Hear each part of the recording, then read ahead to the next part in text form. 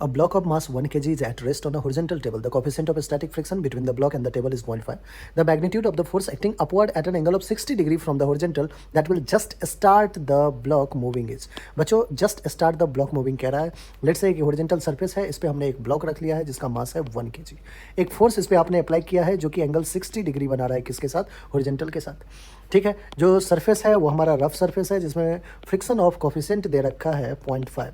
Static friction of coefficient 0.5 दे रखा है. मास 1 kg है. बच्चों अगर फ्री बॉडी डायग्राम की बात करें तो एक नॉर्मल रिएक्शन टेबल ऊपर लगाएगा, एक मास इंटू जी 1 इंटू जी जो है नीचे लगेगा फोर्स. अगर फ्रिक्शन सरफेस है तो एक फ्रिक्शनल फोर्स भी अपोजिट डायरेक्शन में एक्ट करेगा.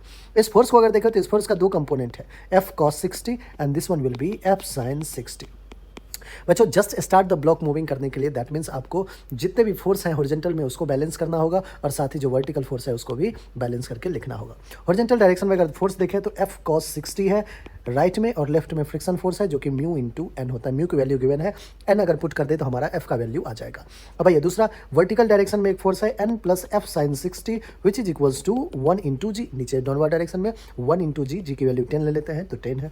N is equals to 10 minus F sine 60. Force F कितना है तो हमें फाइंड करना है साइन 60 √3/2. सो नॉर्मल रिएक्शन बच्चों यहाँ से आ चुका है हमें. अब हमें फर्स्ट इक्वेशन को आप फाइंड करना है. एफ कॉस 60 जैसे साइन 30 होता है वैसे cos 60 1/2 which is equals to mu. Mu is 0.5 into N. N is 10 minus √3f/2. ये वैल्यू आ गया.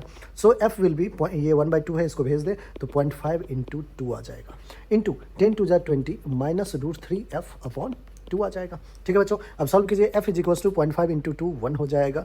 ठीक है, 1 इंटू तो आ गया 20 माइनस √3f/2. इसको सॉल्व करते हैं, हमें एफ की वैल्यू चाहिए तो 2f और प्लस का √3f इज इक्वल्स टू क्या आ जाएगा बच्चों 20 आ जाएगा. यहाँ से f कॉमन ले लेते हैं तो 2 प्लस √3 आ जाएगा which is equals to 20. So f will be 20/2 plus √3 newton. 20/2 plus √3 newton. एक बार देखते हैं कौन सा ऑप्शन है. 20/2 प्लस √3 ऑप्शन हमारा 2 है. ऑलराइट बच्चों.